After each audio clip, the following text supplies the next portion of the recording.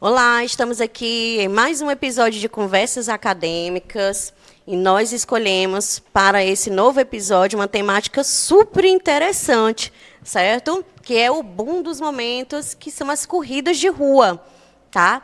Então, eu sou a professora Dênia, coordenadora do curso de nutrição da FADAT, e hoje a gente vai falar sobre nutrição em movimento, certo? Estratégias e dicas aos corredores de rua.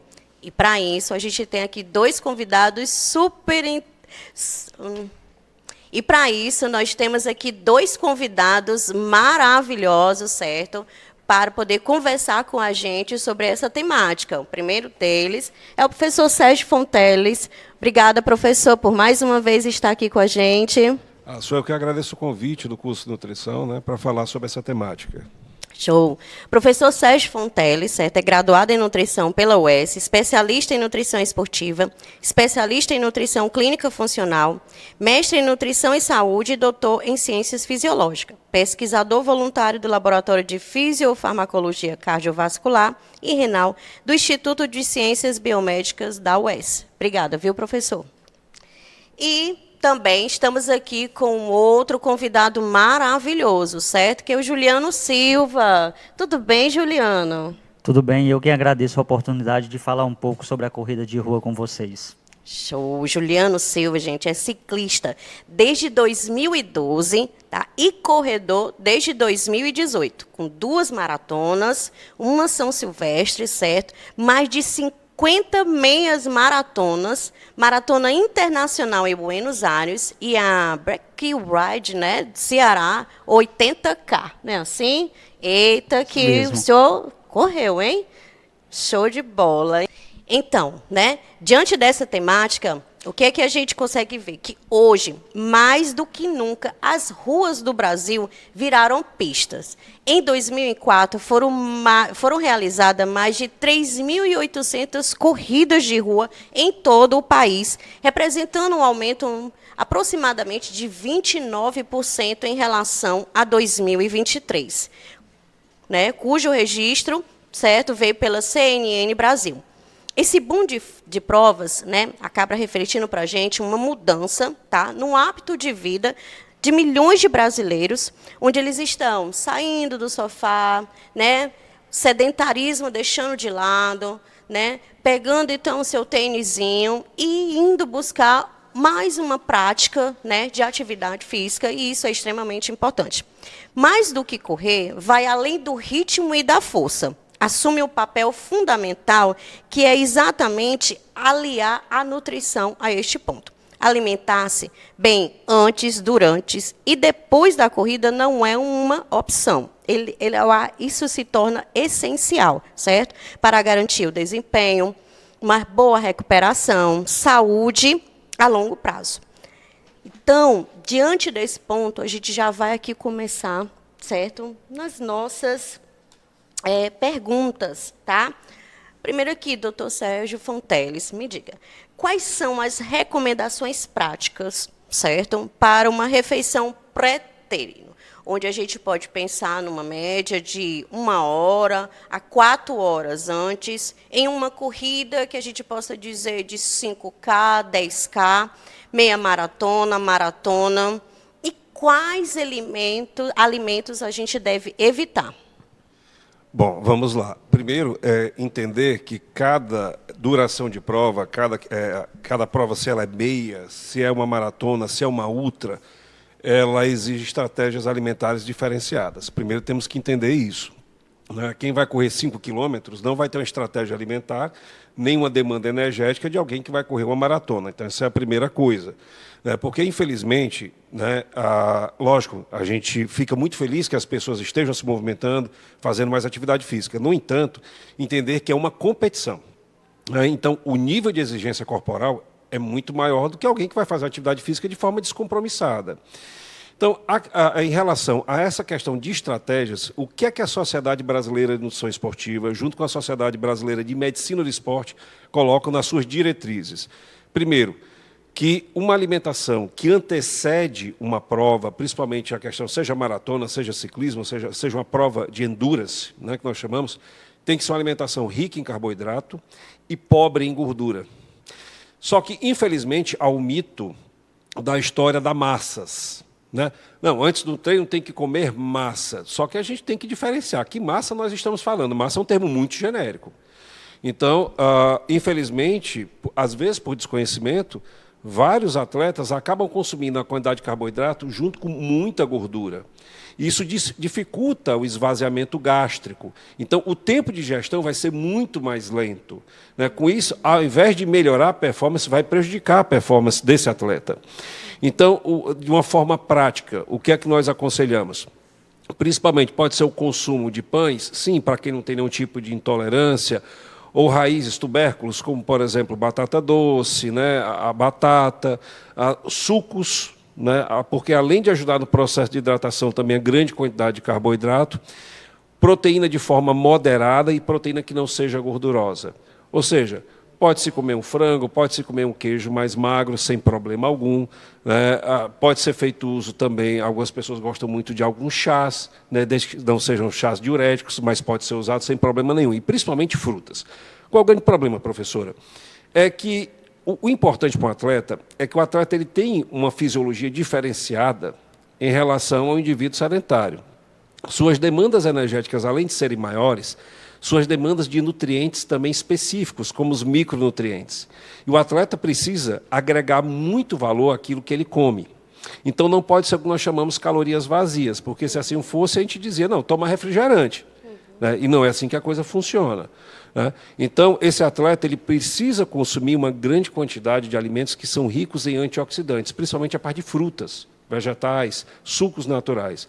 Então, isso seria, assim, dentro de um panorama geral, o que seria o importante. Então, a recomendação é o seguinte, que seja pelo menos 2 horas antes da prova, para que realmente tenha o esvaziamento gástrico, e seja uma refeição rica em carboidrato. Então, o que é que se coloca? Essa refeição deve ter pelo menos algo em torno de 80 a 100 gramas de carboidrato. Né? Então, realmente rica em carboidrato. Tem que ser o nutriente de eleição. Pronto, e isso é importante, cortando, espero não quebrar o seu raciocínio, mas assim, como a gente sabe, o carboidrato ele vai ser o carro-chefe. Proteína e lipídios, eles vão vir em segundo plano. Então, essa quantidade de proteína e lipídios vão vir bem menores em relação à quantidade escolhida de carboidratos. Exatamente. Inclusive, não só o antes, professora, até após a competição, se coloca que imediatamente tem que se consumir uma boa quantidade de carboidrato para o processo de recuperação. Recuperação dos estoques de glicogênio, que esse indivíduo também tem um processo de reidratação. E o que é importante dizer? Provas que durem até 1 hora, não há a necessidade de fazer ingestão de carboidrato dentro da competição. Não há essa necessidade, que os estoques de glicogênio que nós temos dão conta do recado.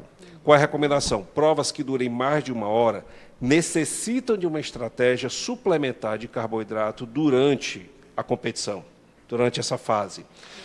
Qual é a recomendação? O Comitê Olímpico Internacional e American College Sports of Medicine, eles dizem o seguinte, que a cada 15 a 20 minutos, você tem que fazer uma reposição de carboidrato quando a competição dura mais do que 1 hora. Na prática, às vezes, isso é muito difícil para o atleta. Via de regra, acaba se utilizando a cada 30 minutos. Então, vamos exemplificar. Digamos que se vai correr 5 km. Então, 5 km para um atleta de elite são ali 35 minutos, mais ou menos. Então, para 35 minutos, não há necessidade de você fazer a ingestão durante a prova. Mas, como o atleta aqui, que já fez, por exemplo, 80 km, uma ultramaratona, é importante que a cada 30 minutos seja feito um processo, né, de suplementação de carboidrato. Né, em torno de mais ou menos de 15 a 20 gramas a cada 30 minutos, para evitar uma fadiga precoce, para evitar que tenha um esgotamento das reservas energéticas de carboidrato, que a gente chama de glicogênio muscular. Com isso, o atleta consegue manter o ritmo de treino. Né? Então, treinos longos são estratégias né? Você pega uma maratona, por exemplo, é um jogo de xadrez. O atleta simplesmente não vai sair numa disparada. Então, quanto mais longa a prova, o atleta tem momentos de sprints, que são momentos de maior intensidade, tem momentos que ele se preserva. Então, é um jogo de estratégia. Então, isso também, em relação à alimentação, é uma estratégia importante que colabora para a performance e resultado final do atleta. Perfeito, perfeito. E quais alimentos, então, ele deve evitar, certo? Para esse, vamos dizer, para essa refeição pré-treino? Pronto, vamos lá. De suma importância que evite alimentos gordurosos. Né? Evitar, se a corrida de manhã cedo, que normalmente as provas são de manhã cedo, evitar o uso de manteiga, evitar o uso de frituras, carnes gordurosas, né? Preparações que sejam com muito óleo. Então, isso não vai ser interessante. Inclusive, até na noite anterior, digamos, se a prova é de manhã cedo, até evitar que na noite anterior se consuma muita gordura, porque isso pode gerar desconforto gastrointestinal. E esse atleta está acabando ter náuseas, né, dores abdominais durante a prova. Então, isso aí tem que ser evitado. Fazer consumo de grandes quantidades também de proteína também não é indicado, não são as diretrizes que as sociedades científicas recomendam, já pelas pesquisas inúmeras que já existem. Pronto, então agora vamos pensar o seguinte, em relação, professor, como é que deve ser ajustado a recuperação e a refeição pós-corrida, com um tempo de 30 minutos a 1 hora, dependendo, logicamente, da intensidade e da duração desse exercício. Vamos, então, exemplificar também as mesmas quantidades, essa relação de carboidrato, certo? E proteína, como uma proposta de lanche. Pronto, vamos lá, de uma forma bem prática. Quanto mais rápido houver a reposição energética, melhor para o atleta. O que é que acontece? Em provas, principalmente de alta intensidade, há uma queda do sistema imunológico, uma supressão do sistema imunológico após, principalmente, provas de longa duração. Além disso, esgotamento de glicogênio muscular. Isso pode, se o atleta não fizer uma boa reposição, ter dores musculares, né, tardias, isso comprometer até próximas sessões de treino. Então, de uma forma em geral, terminou a competição, quanto mais rápido fizer a reposição, melhor. Ou seja, fazer logo uma refeição após a competição. De que forma? Principalmente de alimentos também baixos em gordura, para que esse processo de digestão e absorção aconteça mais rápido. Então, o que é que nós recomendamos? Que o atleta, após a prova, ele consuma principalmente sucos de frutas e frutas. Principalmente, por quê? Porque também são ricos em antioxidantes. Nós vamos ter ali vitamina C, carotenoides, são coisas mais técnicas, gente, mas é só para vocês entenderem, né, que a nutrição é um mundo em termos de substâncias químicas. Então, com isso, o atleta consegue ter uma recuperação mais rápida, um processo de absorção mais rápido. Isso não quer dizer, obviamente, que você não possa comer um sanduíche, mas um sanduíche natural, mais magro também, até para aumentar a saciedade. Agora, fundamental, processo de hidratação. A cada 2 horas, a partir do término da prova, é importante que o atleta faça pequenas reposições de carboidrato. Então, vamos dar um exemplo. O atleta terminou um treino, se puder fazer uso de uma água de coco, de um repositor, né, e eu coloco aqui água de coco porque sempre eu vou privilegiar aquilo que é natural. Né, a gente nunca vai estar privilegiando o uso de suplemento. Né, o suplemento ele não consegue te dar o que a natureza te dá. Então, você fazer uso de uma água de coco, fazer uso de um suco qualquer, consumir fruta, né, pelo menos 2 a 3 porções de fruta, espera mais 2 horas, e sempre a reidratação, a cada 30 minutos, você ingerindo pelo menos próximo a 500 ml de água. E com 2 horas, você de novo faz uma refeição rica em carboidrato. Num prazo de 6 horas fazendo isso, você recupera os estoques mais rapidamente. Né? Essa é a grande ideia. E aí o atleta se beneficia desse processo, recupera a musculatura mais rápido, né? O atleta vai estar já no outro dia bem mais descansado, diminui as dores musculares, diminui o quadro de fadiga. Mas, antes de eu passar aqui a pergunta ao Juliano, me veio uma associação seguinte. Nós estamos falando muito de atleta, né? Os corredores amadores de rua é o mesmo posicionamento, não é isso, professor? Sim, o que vai mudar, obviamente, são as quantidades. Né? Para cada nível de intensidade, duração, ou seja, volume, né? É o binômio, volume e intensidade. Então, quanto maior o volume de treinamento, maior o volume da competição, obviamente as necessidades energéticas aumentam. Um alerta aqui, professora, que eu queria fazer para quem começou a fazer corrida de rua ou ciclismo, ou atividade física qualquer. Sempre comece pela base, né? A gente começa uma casa pelo alicerce, não pelo telhado. A gente vê muitas pessoas se preocupando em fazer uso de suplementos. Veja, eu não estou falando mal de suplemento, mas se você não corrigiu o básico, que é a tua alimentação, você não procurou se alimentar melhor, você vai fazer uso de suplemento achando que isso vai resolver, vai te dar performance? Não. O suplemento, o nome por si só já o define. Suplemento é para suplementar aquilo que, porventura, com a alimentação, você não esteja conseguindo ingerir, mas jamais será a base. Né? Então, primeiro, ter bons hábitos alimentares. Se você tem alguma necessidade especial, e é importante que a gente veja isso, porque a gente está vendo muitos problemas, né? Mortes súbitas, problemas cardiovasculares, né? Lesões, porque, óbvio, é importante que as pessoas saiam do sedentarismo, mas tem que ter um processo de adaptação fisiológico para isso. Não é do nada, você não sai de 0 a 100. Né? É um processo de evolução. Então, algumas pessoas, às vezes, começaram a fazer uma corrida porque são diabéticas, porque são obesas, porque são hipertensas, né? ou de qualquer forma, está no estágio de pré-diabetes. Então, é importante que a pessoa respeite o seu ritmo. Né?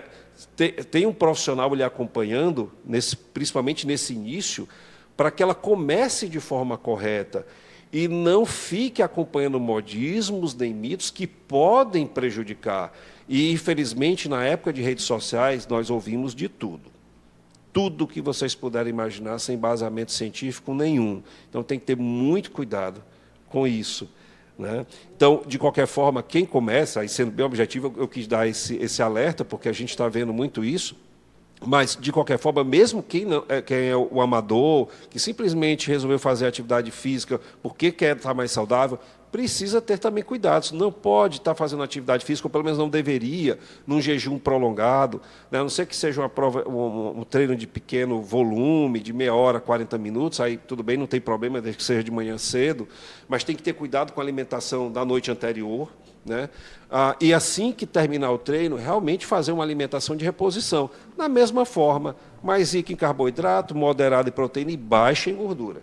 Né? Porque senão, o que é que vai acontecer? Desconforto, não vai aproveitar da forma mais efetiva aquilo que a nutrição poderia oferecer. Essa pergunta nem estava no meu rol, mas aí eu acabei agora associando. Juliano, vamos dizer, exatamente pegando o gancho da fala do professor Sérgio, certo? Vamos dizer, então, que essa pessoa que é uma corredora de rua amador, certo? Eu iniciei 5K. Beleza, estou ali há um mês e meio, só correndo 5K, vou para o 10K, já me sinto preparada, certo? De repente, ela já está no 20K, então ela mesma vai evoluindo, entendeu? Essa quantidade. Me diga agora, vamos pensar assim, qual é o tempo de fato, certo? Ou o que essa pessoa que é amadora ela tem que perceber diante, certo, dessa evolução de 5K para 10K, certo? Como é que você coloca isso para mim? Bora lá. Pegando um gancho de uma frase que o professor falou, a primeira coisa que eu indicaria é ela ir atrás de um profissional para acompanhá-la. Esse lado de quanto tempo eu vou sair de um 5K para um 10K, para uma meia maratona, uma ultramaratona, é uma coisa que não tem muito engessamento, não é aquela receita de bolo. Tem pessoas que vai ter um biotipo, vai ter uma genética mais apropriada do que outras, que ela vai poder conseguir sair de um 5 para um 10 mais rápido, para um 21 mais rápido. Mas o que a gente sempre fala é, procure um profissional, porque ele vai lhe adequar ao seu modelo de condicionamento físico, vai ter um passo a passo, você vai curtir o seu processo, que é o que a gente sempre fala, curta o processo da corrida, não tente pular etapas, porque lá na frente, infelizmente, o corpo vai pagar com lesões. Perfeito. Eu acho super importante a gente colocar esses pontos, porque a gente está falando aqui não só para atletas, né? Nós estamos falando realmente para pessoas que estão, certo, nessas modalidades de corrida de rua, né? E de repente, eu também vou iniciar, eu agora vou também partir, vou fazer uma corrida, certo? Amanhã vai ter no domingo vai ter uma corrida super interessante. Está lá às 5 horas da manhã, acordou, né? E de repente ela está dos 5, aí agora eu quero ganhar o meu prêmiozinho de 10K, eu mesmo consegui fazer essa evolução. E isso é extremamente importante, gente. Entendam isso, porque a corrida de rua ela é feita exatamente para pessoas que estão, né, esses atletas que estão numa competição, né, então ele já vem há um bom tempo colocando o seu organismo, né, para poder estar numa base de treinamento, certo, sendo extremamente acompanhado, tanto a parte da alimentação, quanto a parte, entendeu, realmente ali da modalidade, preparando ali o atleta, certo, em relação aos seus treinos. Então, a gente tem que entender que, para tudo, a gente tem que ter orientação, certo? Porque, senão, realmente, uma prática como essa, em que você procura sair do sedentarismo, isso vai realmente complicar a sua saúde, certo? Em vez de trazer um benefício.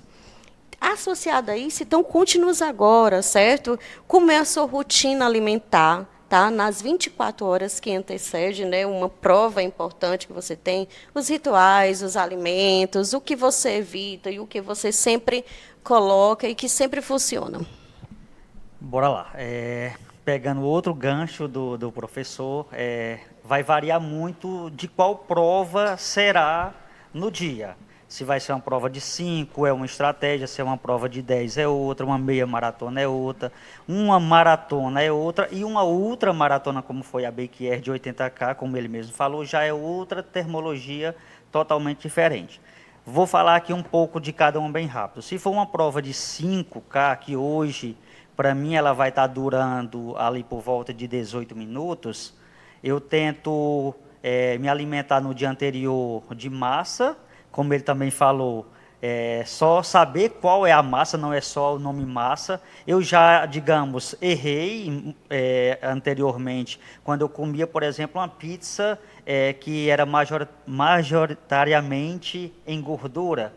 E depois eu estudando e vendo que não era interessante, poderia causar o que você mesmo falou, aquele incômodo. Eu troquei para uma pizza agora, digamos, só de frango, e o frango, de preferência, aquele frango sem catupiry.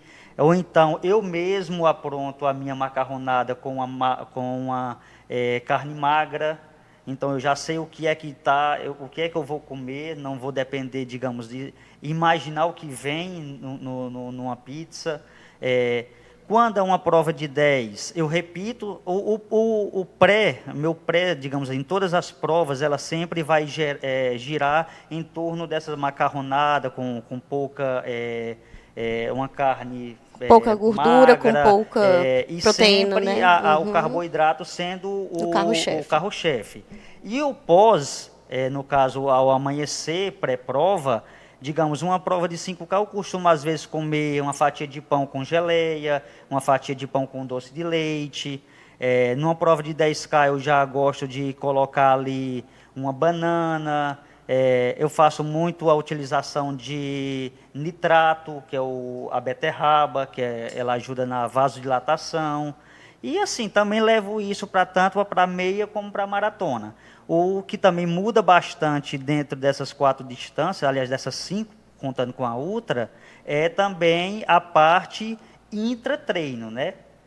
Que, como ele falou, hoje, digamos, uma prova que ela vai girar ali em torno de 1 hora, o nosso corpo ele consegue manter as necessidades sem precisar de reposição.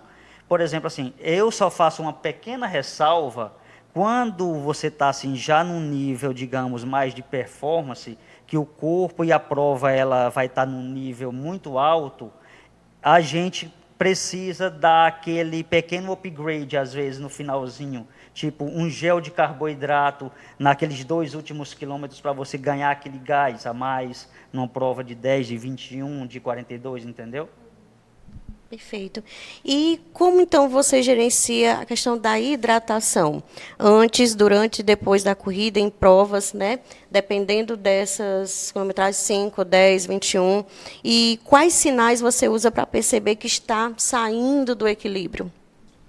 Sobre hidratação, eu costumo, há 3 dias antecedente à prova, eu já costumo tanto redobrar a hidratação, como também a utilização de eletrólitos, não ficar só apenas na água. Já introduzo água de coco, os próprios isotônicos já prontos também como fonte de reposição de eletrólitos.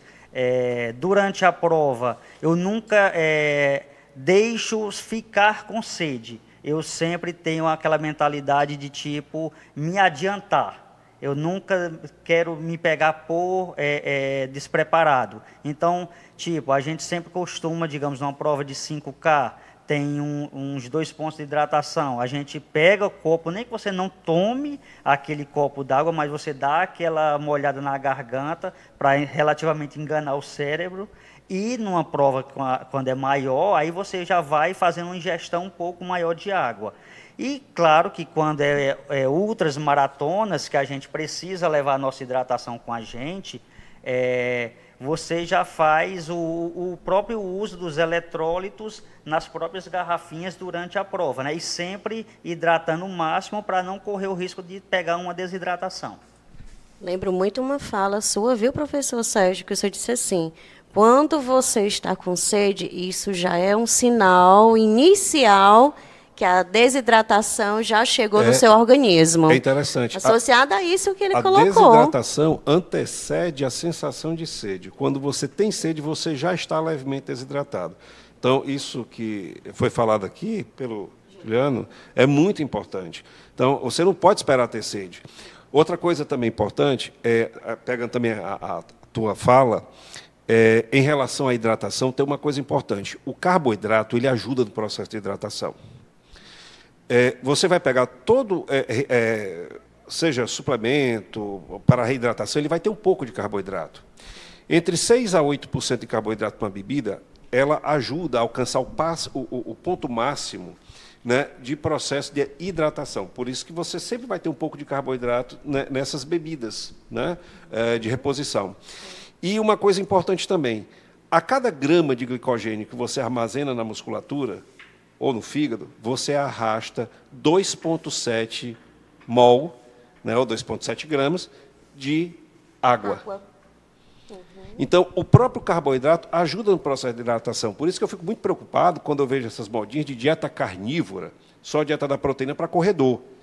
E principalmente num clima como o nosso, que a gente precisa, né, ao máximo, estar bem hidratado. Sim. Outra questão, aí, muito interessante, você falou da questão do nitrato.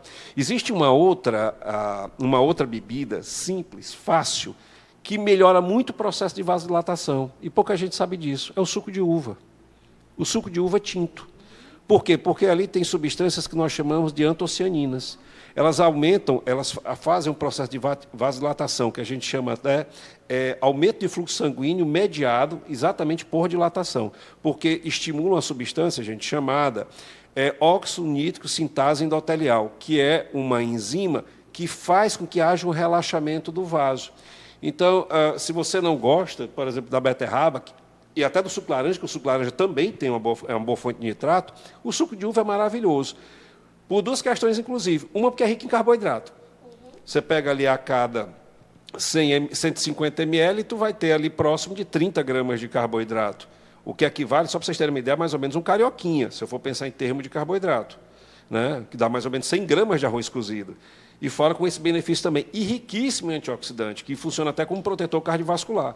Então, são pequenas dicas, que isso é que o profissional da nutrição, ele vai, às vezes, te orientando, até para ajudar na tua preferência alimentar, porque, às vezes, você tem uma aversão, eu não suporto comer uma beterraba, eu não suporto acesso a isso. Então, a gente encontra alternativas, até para não chocar com aquilo que é o teu hábito alimentar, a tua cultura alimentar, as tuas preferências, né? E não ficar ali em cima das tuas aversões, né? Que é a grande questão. Também dá outras opções, né? Porque se você pode até gostar de todas as opções, mas aí você pode diversificar. Sim, vamos imaginar que às vezes um corredor, como eu tenho, corredores que são doentes celíacos. Aí o cara diz, poxa, mas todo mundo fala que tem que comer o macarrão na noite anterior ou antes, né? Eu digo, olha, você pega um macarrão cozido, 100 gramas vai ter em torno ali de 25 gramas de carboidrato. Se eu pegar 100 gramas de arroz, eu vou ter em torno de 30. Então, a gente troca perfeitamente, sem muito problema. Então, é exatamente isso, ajustando, né, em relação à situação do atleta. Só pegando um gancho a respeito do suco... Estão cada um pegando o gancho do outro, né? Vocês estão vendo.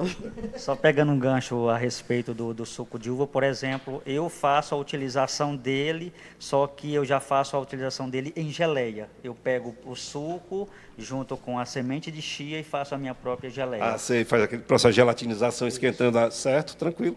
Perfeito. Então, assim, ó, professor Sérgio, quais são os sinais nutricionais ou clínicos, certo, que indicam o risco de hipoglicemia, tá, recorrente, perda de massa magra, desidratação crônica, certo, em corredores amadores, tá, em atletas também, e que exijam uma avaliação e um encaminhamento médico? Tá, a gente tem algumas situações que são interessantes. Vamos falar primeiro do processo de hipoglicemia. Hipoglicemia, principalmente diminuição do ritmo, né, da velocidade. Né, o atleta começa a ter uma dificuldade, né, pode ter tontura durante a prova, ele não consegue empregar mais o mesmo ritmo, né, ele vai começar a ter uma sudorese intensa, aquela sensação, gente, de suor frio. Né, então, isso normalmente é um quadro de hipoglicemia. Né, peso nas pernas também. E aí vem a questão da desidratação, que às vezes o sintoma é até mais grave. Por quê? Porque na hipoglicemia, você diminuindo o ritmo, o que, óbvio, para a competição não é interessante, mas você diminuindo o ritmo, você se poupa. Só que no processo de desidratação a coisa é mais complicada, porque pode vir câimbras, e aí é parada mesmo, inclusive pode dar lesão, né, contraturas, etc. Né, você pode dar um processo que a gente chama de hipertermia, um aumento da temperatura do core, a parte central, e isso pode gerar danos, e dependendo do grau, pode até convulsionar. Né? Tem atletas que já foram a óbito em provas por causa exatamente do processo de hipertermia. Outra coisa muito importante, que o Juliano falou, é em provas longas, a gente perde muito eletrólito. Né? Principalmente provas que duram mais de 4 horas. Você tem uma perda de sódio e cloreto muito intensa. Sim. E se você não fizer a reposição de eletrólitos de forma correta, você pode desenvolver um processo chamado hiponatremia, que é pela perda de sódio. Isso pode dar edema cerebral e o cara sair numa ambulância direto para uma UTI. Tá? Então, isso também tem que ser, esse processo de hidratação tem que ser muito bem avaliado por causa disso. Perfeito. Super importante essa fala. E aí, então, Juliano, você já teve algum problema, certo? Algum episódio de desmaio, certo? Mal-estar em uma prova. E como você lidou com essa situação? Vai ser bem rápido. Graças a Deus, nunca tive nenhum problema, nem gastro, nem de desmaio, nem de se sentir fraco. Só mesmo o cansaço que é proveniente da força que você faz durante a prova, mas relativamente assim, bem tranquilo. Nunca tive nenhum problema. Perfeito. Você faz uso de algum suplemento, produtos de prova que você costuma usar? Olha só, falando agora, pegando até outro gancho do professor, que ele falou assim, que as pessoas, principalmente os amadores, eu me considero um amador, digamos, um amador avançado, vamos dizer assim. Eu busco a performance, então vamos dizer que eu seja um amador avançado, mas ainda estou na categoria de amador. Eu faço uso de muitos suplementos, só que eu tento usar o suplemento ao meu favor, no sentido de, como o professor falou, a palavra já está dizendo, suplementar o que eventualmente possa ser que falte na minha alimentação, mesmo eu fazendo uma alimentação de bastante qualidade. Por exemplo, assim, meu café da manhã, eu começo o dia depois do meu treino, ali com uma fruta, com cuscuz, com um carioquinha, com ovos ou com frango, ali por volta das 10 da manhã, ovos cozidos, no meio-dia, arroz ou macarrão, uma carne magra como frango, patinho, ou a própria carne moída, já também de uma fonte de carne magra. Durante a tarde, pré-musculação, eu faço uso ali de uma banana com whey, com aveia, com cacau, com canela, junto para já dar aquela desintoxicada. À noite também a gente sempre prioriza sanduíches naturais de frango, com atum, com alguma carne magra, ovos. Então, assim, mesmo com essa alimentação bastante saudável, como o ritmo de treino meu é muito pesado, tem, digamos, semana que bate 110 quilômetros. Então, principalmente quando em período de maratonas, que você tem que fazer longos de 22, de 30, de 36. Então, assim, o corpo ele se debilita muito por conta desses treinos. Aí eu faço uso de whey, de creatina, do próprio nitrato, aí faço reposições de vitaminas. Já essas vitaminas já faço a reposição por ter feito exames e ter visto que tem uma necessidade de repô-las, que é a B12 e a D, que a gente acha que porque moramos no Nordeste, no meio do sol, a nossa vitamina D explodindo, que era uma das coisas que eu imaginava. E quando eu fiz o meu exame, totalmente diferente. Foi assustador. Hoje já estão todas equilibradas. Aí faço o uso de colágeno, faço o uso de outros suplementos que vão ajudando a minha boa alimentação. Perfeito, perfeito.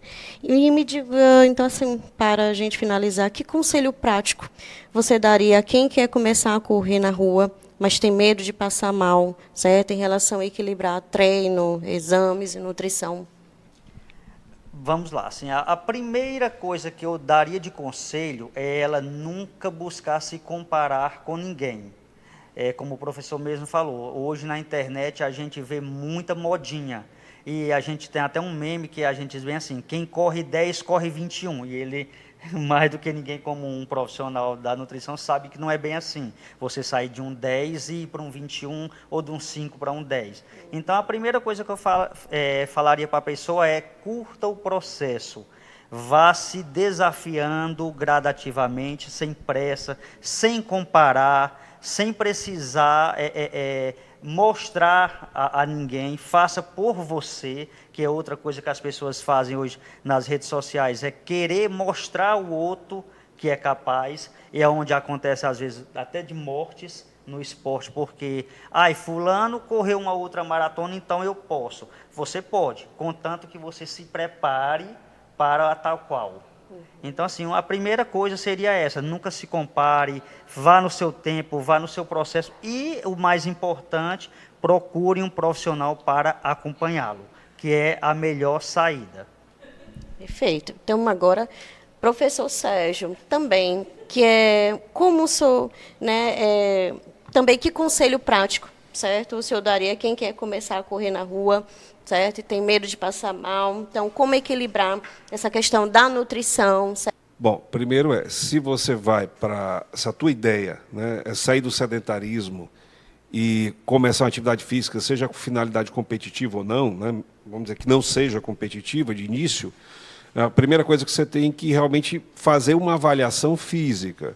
Primeira coisa é essa, procure um médico, nem que seja um clínico geral, enfim, um médico do esporte, até para saber se você está bem, se você está apto, se há muito tempo você não faz atividade física. Isso é importante, para você não ter surpresas desagradáveis, principalmente se você já tem alguma patologia, alguma comorbidade, já vem alguma doença aí que você é portador. Esse é o primeiro passo.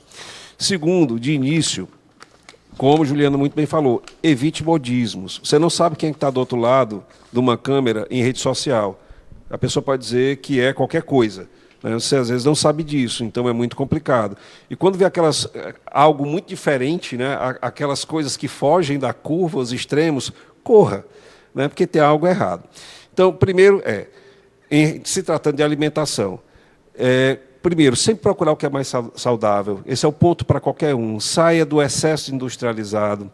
né, saia daquilo que a gente já sabe, no fundo, que realmente não é legal. Né? Procure ter uma alimentação mais saudável. Se você tem dificuldade com isso, se você está acima do peso, procure um profissional nutricionista, né? Um profissional que vai lhe orientar nesse princípio. E à medida que você for evoluindo no esporte, logicamente as necessidades forem aumentando, né, você também vai fazendo os ajustes necessários. Até porque dentro da própria atividade física tem fases de treinamento que mudam. Né? Então, para cada fase, você tem uma necessidade, você tem aumentos, tem um suplemento que é mais bem-vindo. E não gaste com aquilo que não precisa. A corrida, principalmente, é um esporte que está crescendo por ser democrático. A ideia não é elitizar o negócio. Né? Não é você tornar algo que é para ser prazeroso, como o Juliano falou, e simples, um monstro de 7 cabeças, algo extremamente complexo, que aí não faz mais sentido. Né? Então, cuidado com o excesso de suplemento, realmente, se tem dúvida, procura um profissional, corrige, que aí sim, além da aptidão física, além de todo o processo de prazer e tudo, você vai promover a sua saúde. Né? Ai, eu particularmente amei o nosso videocast, certo? A nossa temática desse episódio que nós escolhemos. Muito obrigada, professor Sérgio, por mais uma vez estar aqui junto com a gente. É uma temática super importante para a sociedade. Sou eu quem agradeço, né? A temática é ampla, a gente fala um pouquinho só, a gente vai contar de falar mais, mas o tempo não permite. Isso é verdade. Juliano, da mesma forma, tá? Muito obrigada, certo? Um prazer conhecê-lo. E a gente vai acompanhar você nessas corridas, e a gente vai estar lá batendo palma que você alcance cada vez mais vários KMs por aí. Eu que agradeço a oportunidade de falar um pouco pelo lado do corredor. Eu que agradeço a oportunidade. Então, né, nós procuramos abordar aqui pontos importantes, certo? Que é importante para você que quer, né, que optou agora em iniciar, que quer correr, né, para que você corra com saúde, com consciência, certo? E com segurança, tá? E é isso que a gente procurou objetivar no nosso episódio de hoje, tá? Para que você realmente coloque, né, a nutrição junto com o movimento para estarem ao mesmo tempo na pista, certo? E é isso que a gente quer levar de mensagem, tá? Então, prepare sua garrafinha, tá? Amarre bem o seu tênis e nas corridas que você fizer opção, tá? Tenha sempre em mente tudo que o professor Sérgio e o Juliano colocaram aqui, que eu acho que você vai conseguir tirar o sedentarismo e você vai estar aí promovendo saúde através das corridas de rua. Muito obrigada e um abraço a todos, certo? Tchau, tchau.